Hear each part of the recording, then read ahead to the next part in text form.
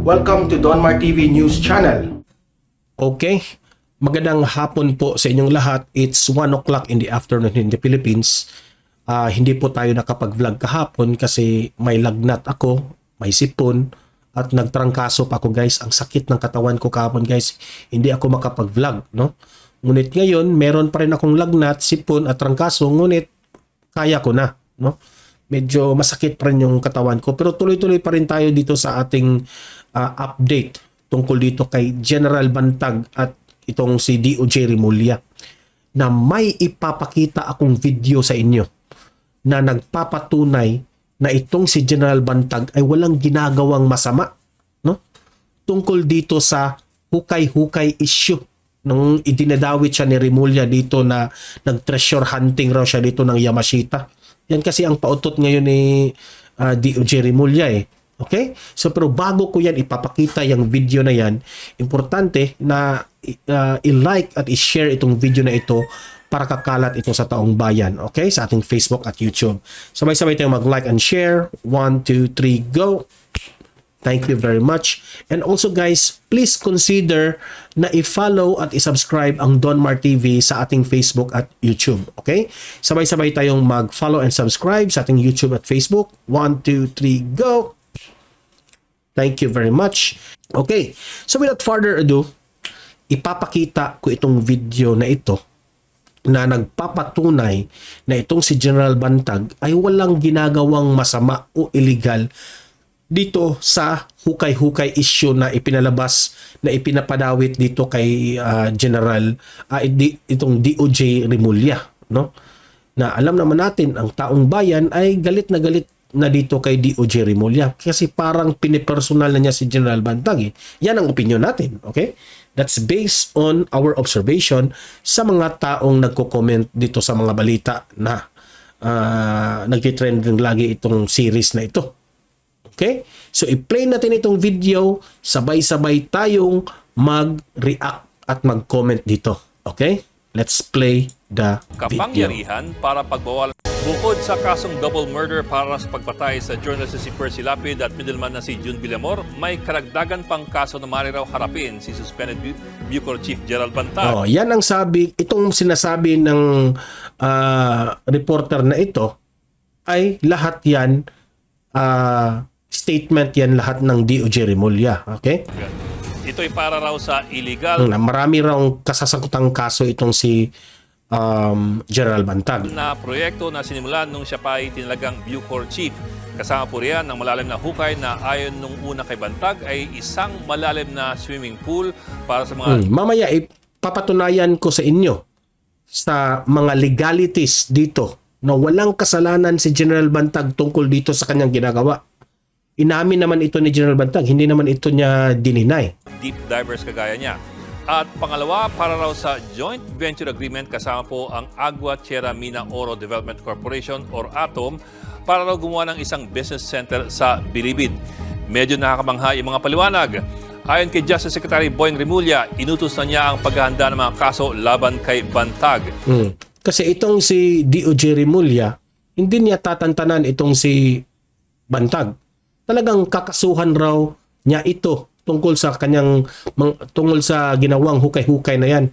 Okay? Sa laki kasi ng hukay, gagastos ang gobyerno ng pera at oras para lang ibalik ang 1.2 million cubic meters ng lupa na hinukay ni Bantag.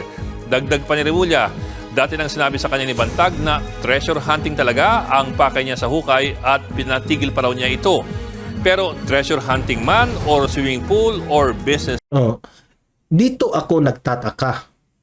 Sabi ni DOJ Remulla na sinabihan raw siya ni Bantag noong August, mga around August or September, na inamin raw nitong si General Bantag na nagtitreasure hunting siya dyan. Ang tanong ko sa iyo, Remulla, bakit noon pa hindi mo na kinasuhan yan? Bakit ngayon lang? Di ba? Yan ang tanong.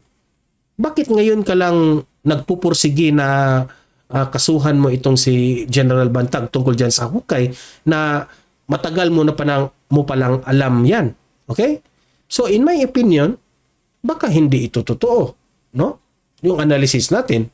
I might be wrong, I might be correct, pero Nagtatanong lang ang taong bayan, bakit noon pa na alam mong may hinukay siya, nag-treasure hunting siya, bakit hindi mo na siya inireklamo sa ating pamahalaan noon? Bakit ngayon lang? Yan ang malaking tanong eh. Center, meron bang kakayahan ang Bucor Director na pumasok sa mga kontrata o mga proyekto? Ano pong nakalagay sa RA 10575 o yung Bucor? Pakinggan nyo ito ha. RA 10575, Bucor Modernization Law. Okay? For Modernization Law na pinirmahan Tingnan. pang 2013. Sa Section 6 po ng nasabing batas, itong pwedeng paggamitan ng mga lupa ng Bucor ang inmate security at ang reformation programs. Yun naman po kasi ang primerong mandato ng Bucor ang magbantay ng preso at ang kanilang pagbabagong buhay. Pero hindi lamang po yun ang pwedeng paggamitan ng lupa. Maluwag po ang batas sa kung ano pa ang pwedeng paggamitan ng lupa ng Bucor. Sa Section 6 pa rin, nakasaad na pwede rin gamitin ang lupa para i-promote ang sustainability ng Bucor sa pamamagitan po ng income at non-income generating programs. Yan ang ginagawa ni General Bantag. Nakipag-ugnayan siya sa Atom Company para maglagay ng business center dyan. At ito namang si Remulla, inisyo kaagad. Binigyan malis siya. When in fact, hindi pala ito illegal ang ginagawa ni General Bantag. Dahil, ang kay General Bantag dito, if you will try to understand the RA 10575, ang ginagawa ni General Bantag ay yung Bucor, nakalagay kasi dito, and as means of promote sustainability. Yan ang ginagawa ni General Bantag. Promoting sustainability both for income and non-income generation program. Lahat dito sa ginawa ni General Bantag, itong nag-joint ng joint program ng Bucor at saka dito sa Atom, kung ano man ang mag-generate na income na ito ay may percentage yung Bucor. At dito nakasaad sa batas na ito na this is legal. Hindi ito masama. No?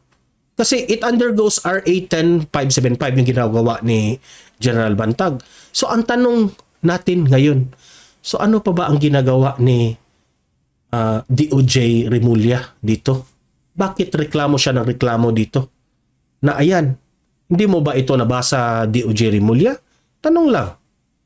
No? Sayang ka talaga DOJ Remulla, magaling ka pa naman. Ngunit binahiran mo kasi ng namimersonal ka kasi kay Bantag eh. No? Klarong-klaro kayo sa taong bayan eh. No? Kasi yung mga paratang na ganito, far out na ito sa pangyayari ni Percy Lapid. Ayan, tuloy. Basahin mo ito, DOJ Remulla.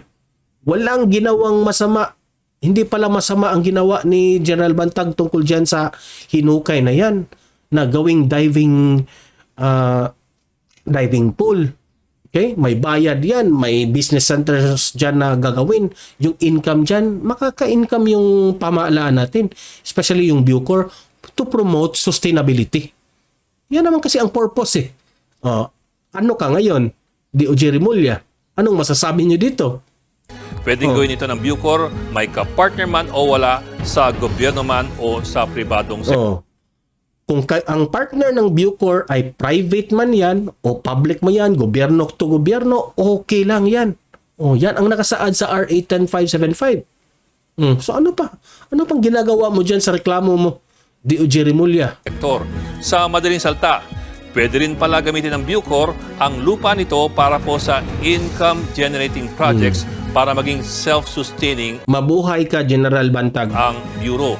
Yun lang, wala pong nakalagay sa batas na kailangan may kinalaman. So, pinatunayan ko sa inyo, may ipapakita akong video sa inyo na nagpapatunay na walang ginagawang masama itong si General Bantag. So, klarong-klaro yan pagka-explain natin. Man sa kulungan ang income-generating projects na ito. Ito pa po, sa Section 16 ng batas, Nakasaad na ang Bucor ay merong absolute authority para gumawa ng sarili nitong land use development plan. No. May sarili itong authority. O sino namang authority dyan? Eh di si General Bantag, siya yung highest official dyan sa Bucor eh. No?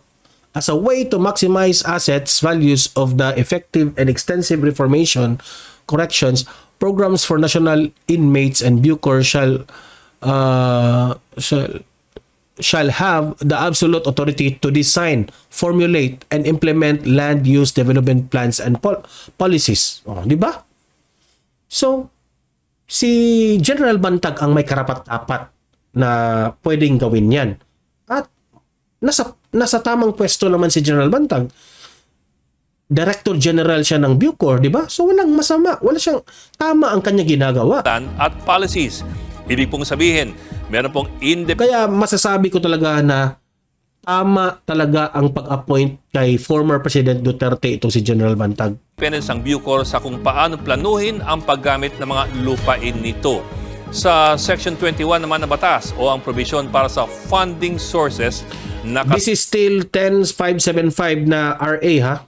kasaad na mari itong kumuha mula sa income galing sa mga tinatawag na institutional projects na bahagi po ng mga MOA at mga joint venture agreements na Yan, joint venture agreements. Oh, nakasaad dyan. Nakalagay. So talagang itong si General Bantag ay nagbabasa pala. Bago niya yan nakipag-joint venture dyan sa Atom, ay alam na pala ni General Bantag na ganito ang... Oh, so sampal ito sa mukha ni DOJ Remulla. pinapasok ng Bucor. Ayon kay dating Justice Secretary Minado Guevara, hindi po niya pinayagan ang joint venture agreement ng Bucor at ng Agua Tierra Oro Mina noong nakaraang taon. Bahagi dapat ng joint venture agreement na ito ang pag-donate ng kumpanya ng lupa sa Nueva Ecija sa Bucor para po pagtayuan ng bagong Yan, kulungan. i-discuss na natin Ang yan. kapalit po niyan, isang business center sa Bilibid kung saan merong hatian ng ang Atom at ang gobyerno ng 65-35. Walang gagastusin itong gobyerno natin, yung ating pamahalaan. Lahat yan gastos ng Atom. At may 35% na split, no? 65 siguro yung sa kay Atom, 35% yung sa gobyerno. Aasan ka pa niyan? Remulla, ano bang masama dito? Di ba? Pero mukhang tinuloy pa rin ang hukay nung panahon ni Bantag. Sa Section 8 po ng Bucor Modernization Law, ang DOJ ay meron lamang tinatawag na administrative supervision sa Yung pagtutuloy kay General Bantag sa paghukay, yun ang di ko alam. Yun ang hindi ako makapagsabi kung tama ba yung ginagawa ni General Bantag. Di ba? Kung dapat ba siyang mag-ask ng permission sa mga kalakihan. Yan lang ang ating tanong. Pero the fact na nakalagay dyan sa RA 10575 na siya mismo, si General Bantag, ang may karapatan lang kasi siya yung pinaka-head dyan sa Bucor, edi walang masamang ginawa siya. Bucor. Ang magiging tanong ngayon ay kung sakop ba nitong administrative supervision ang kapangyarihan para pagbawalan ng pagpasok ng Bucor chief sa mga kontrata o mga joint venture agreements. Oh, yan. Okay? Tapos na yan. Yung ubo ko guys. So, talagang makukonclude ko dito na opinion ko to ha, hindi ako magmamagaling, hindi ako magaling na eksperto mag-analyze ha, pero ito yung own opinion ko ito. I might be wrong, I might be correct. Sa akin lang, wag na masyadong personalin, wag nang masyadong lagyan ng kulay DOJ Remulla yung pagkasasangkot ni General Bantag kay Percy Lapid. Kung ang akusasyon nyo tungkol dyan sa Percy Lapid ay ipinatungo nyo kay General Bantag, o di, focus on those things. Doon kayo nakaharap. Sana. Focus kayo dun. Huwag nang paligoy-ligoy pa na may treasure hunting na ganun. Itong si General Bantag, nag-ano lang ito? He was just doing what is right. Kasi lahat naman niya, nasa batas yung ginagawa niya eh. Di ba? Wala kayong, kung tutuusin nga, kung ito ay pagbabasihan natin sa batas? Wala. Yung mga plano mong sabihin mo kay Presidente Bongbong Marcos na tuluyan mo na itong i-kick out dyan sa Bucor. Sana magtanggupay ka dyan. Pero ito ay yung masasabi ko, DOJ Remulla. Maraming magagalit sa inyo. At masisira pa itong si Presidente Bongbong Marcos dahil sa inyo. Itong si PBBM, walang kinalaman dito si Presidente Bongbong Marcos eh. Ngunit ikaw lang, no? Ito masasabi ko, no? Opinion ko ito. Ngunit ikaw lang siguro ang magpapahamak kay PBBM na pati si PBBM ay masisira dito. No? Kasi alam naman natin ng ibang kababayan natin, hindi na subaybay yung lahat ng storya nito. No? Yung mga ordinaryo nating mamamayan na pasilip-silip lang sa balita, talagang magagalit kay Presidente Bongbong Marcos. Ngunit tayo dito sa Don Mar TV ay dapat dinetalye natin yan lahat na walang kinalaman si PBBM dito. Ngunit nadawit lang si PBBM dahil nga ito namang si DOJ Remulla ay sobra na, masasabi ko talagang sip-sip eh. Di ba? Bakit mo pang sabihin kay PBBM na i-encourage mo si PBBM na talagang alisin na talaga niyang si General Bantag? No? Bright ang ating Pangulo. Marunong, may desisyon rin yan. Ba't mo bahira ng ano yan? Bahira ng impluwensya si PBBM dyan? Desisyon na yan ni PBBM. Hindi ikaw dapat mag-impluwensya kay PBBM dyan. At isa pa, sabi pa nga ni General Bantag, gusto niyang nananawagan siya kay Remulla na umalis ka rin dyan sa pagiging DOJ mo. Kasi yung kaso nitong si General Bantag tungkol kay Percy Lapid ay magiging bias na dahil nandyan ka pa sa DOJ. So, sabi ni General Bantag, kapag itong investigation na ito ay nandyan pa si Remulla, talagang talo na itong si General Bantag kasi nandyan pa si DOJ Remulla. Yan ang sabi ni General Bantag sa last interview niya dyan sa Baguio. At inano pa niyo, nag-akusa pa kayo kay General Bantag na nagtatago. Hindi naman nagtatago itong si General Bantag. Kitang-kita at klarong-klaro na nagpaparade sila dyan sa Baguio, sa daanan, di ba? No, maraming nag-support kay General Bantag. Di ba? Oh. So, kayong mga audience ko dito, libre kayong mag-comment, mag-react tungkol sa issue na ito at babasahin natin yan. Tama ba itong ginagawa ni DOJ Remulla? Okay? Talaga bang walang kasalanan itong si General Bantag when it comes to the hukay-hukay issue dyan sa loob ng Bucor? Oh, mag-comment na kayo. Okay? Babasahin natin yan. And guys, don't forget na i-like at i-share itong video na ito para kakalat ito sa taong bayan, guys. Itong balita na ito para kay General Bantag, okay?